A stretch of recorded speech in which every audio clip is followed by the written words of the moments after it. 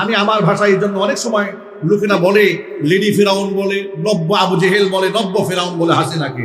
আমি আমার ভাষায় বলি 100 নমরুদ, 100 কারুন, 100 ফেরাউন, 100 হামান, 100 সাদ্দাম গালাইয়া জমা করলে একটা হাসিনা তৈরি হবে। কথা বলতে হবে, ঠিক কিনা বলেন?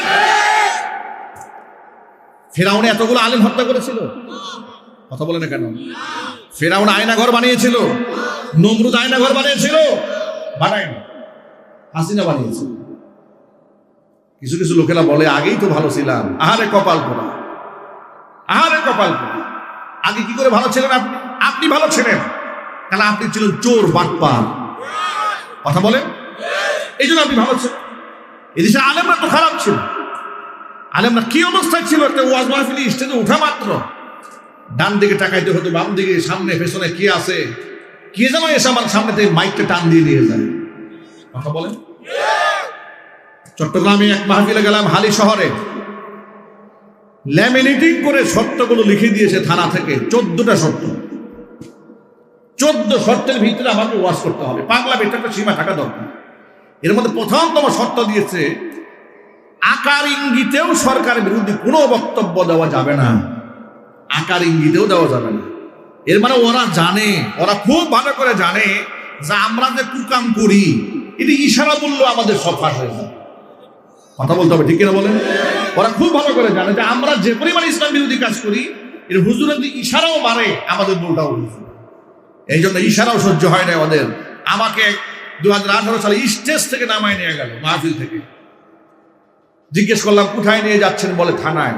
মনটা একটু শান্ত হলো, যাক গুম তো আর করতেছে না, নিয়ে যাচ্ছে, যাক। থানার ওসি সাহেবকে জিজ্ঞেস করলাম, প্রথম কথা বলবে না। আমি বললাম ওনার সাথে কথা বলতে চাই। বলে না, উনি কথা বলবেন। অবশ্যই কথা বলতে হবে। কেন কথা বলবেন? আর আসলেন, নাম আমিনুল ইসলাম। জিজ্ঞেস করলাম ভাই আমার অপরাধ, মাহফিল থেকে নিয়ে আসলেন আমাকে। বলে হুজুর কেন যে আপনাকে ধরে নিয়ে আসছে আমি তো নিজেও জানি না, সব উপরের নির্দেশ। কথা বুঝেন? আমাকে উল্টা উনি জিজ্ঞেস করে, হুজুর আপনার নামে কোনো মামলা টামলা আছে নাকি? কি আশ্চর্য কথাবার্তা।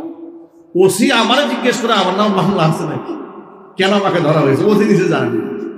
যাই হোক, সে অনেক লম্বা কাহিনী, এটা আপনাদের সামনে আরো অনেকবার বলা হয়েছে। এটা শুধুমাত্র জেহেল সাজির জন্য বলছি যে ওরা আমাদের সাথে কি করেছে।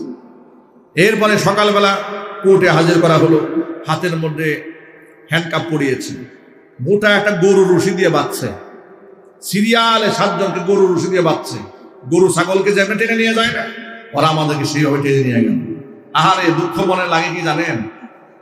আলেমদেরকে 2 হাতে হাত করা, পায়ের মধ্যে ডান্ডা বেরি পরানো, গরু রশি দিয়ে বাঁধা, মাথার মধ্যে হেলমেট পরানো, কত কাহিনী। অথচ সকলেই সৌদির অপরাধ।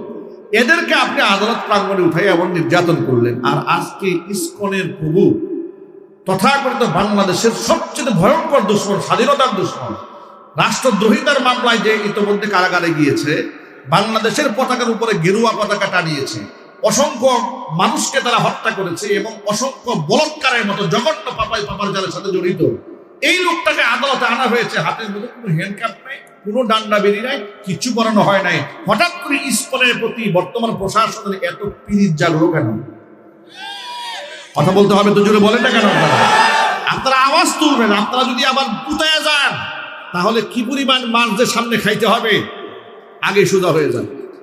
ইদানিং শুনতে পাচ্ছি যে বিএনপি জামাত এরা ভাগাভাগি হয়ে যাচ্ছে। আরে পাগলা, এত মাস্টার নষ্ট হইল কেন? এখনো ভাঙনের সময় হয় নাই, আধিপত্য বিস্তারের সময় হয় নাই। আগে পায়ের তলার মাটি ঠিক করো। কথা বলেন, ঠিক কিনা বলেন? দেশ তো এখনো পূর্ণাঙ্গ স্বাধীন হয় নাই, চক্রান্ত থেমে নাই। ওরা কতভাবে আসতেছে। কখনো হয়ে আসে ওলা হেলমেট লিগ হয়ে আসে, কখনো আসে ওলা রিক্সা লিগ হয়ে আসে, কখনো আসে আনসার লিগ হয়ে, এবার আসছে ওরা হিন্দু লিগ হয়ে। কথা বলেন? সর্বশেষ ইসকন লিগ হয়ে পুরো পাগল হয়ে গেছে। কোন লিগ বাংলার মাটিতে আর মাথা চারা দিয়ে দাঁড়াতে দেওয়া হবে না। আবার যদি রক্ত দিতে হয়, জীবন দিতে হয়, আলেমদের হাতে হাত রাখতে হবে। আবার স্বাধীনতা সংগ্রামে ঝাঁপিয়ে পড়তে হবে। রাজি আছেন? দুহাত দেখতে চাচ্ছি।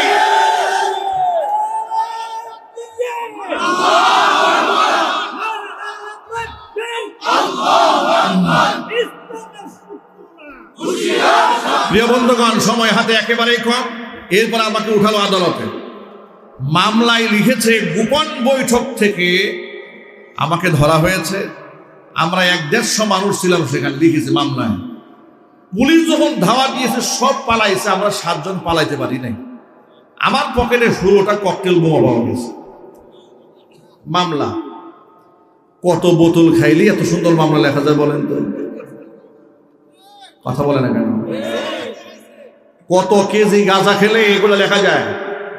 ওদের তো নেশাই ছিল এগুলা, মদ, নারী, গাঁজা, আফিম, হেরোইন, বাবা, এগুলা ছাড়া তো এদের ঘুম আসতো না। কথা বলেন, ঠিক কিনা বলেন? নাইট ক্লাবে সময় কাটতো। ওরা আলেমদের মর্যাদা দেবে কেমনে বলে? ওরা ইসলামের মর্যাদা কেমনে করবে? ওরা তো ভারতের মুশরিকদের কাছে বিক্রি হয়ে গিয়েছিল। শুধু বিক্রি হয় না, বিবাহ বসে গেছিল। ওরা তো প্রকাশ্যে বলেছে ভারতের সাথে আমাদের স্বামী স্ত্রী সম্পর্ক। স্বামীকে স্ত্রীকে আমরা তো ভাগাভাগি করে দেখলাম, পাত্রী এই পক্ষের আর পাত্র ওই পক্ষের, ঠিক কিনা বলেন?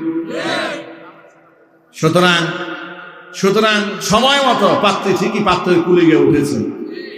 বাংলাদেশের গণহত্যাকারী, এদেশের অসংখ্য গুম এবং খুনের স্বৈরাচারী নব্য ফিরাউন, নব্য আবু জেহেল, হাজার আবু জেহেল একত্রিত করলে একটা শেখ হাসিনা সমান হবে না।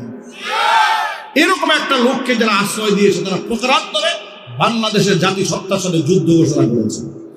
সুতরাং যুবকেরা ভয় পাওয়ার কোনো কারণ নাই, হতাশ হওয়ার কোনো কারণ নাই। ইমানদারদের মরলেও যেটা, বাঁচলেও যেটা। ইমানদার হারাবার কিছু নাই। ইমানদার যদি মরে শহীদ হয়ে সরাসরি জান্নাতে চলে যাবে, বিজয় লাভ করলে গাজী হয়ে যাবে। ইমানদার হারাবার কিছু আছে? আপনার কি প্রস্তুত আছেন ইনশাআল্লাহ? হাত আল্লাহকে দেখান, আল্লাহ যেন কবুল করেন। আমিন।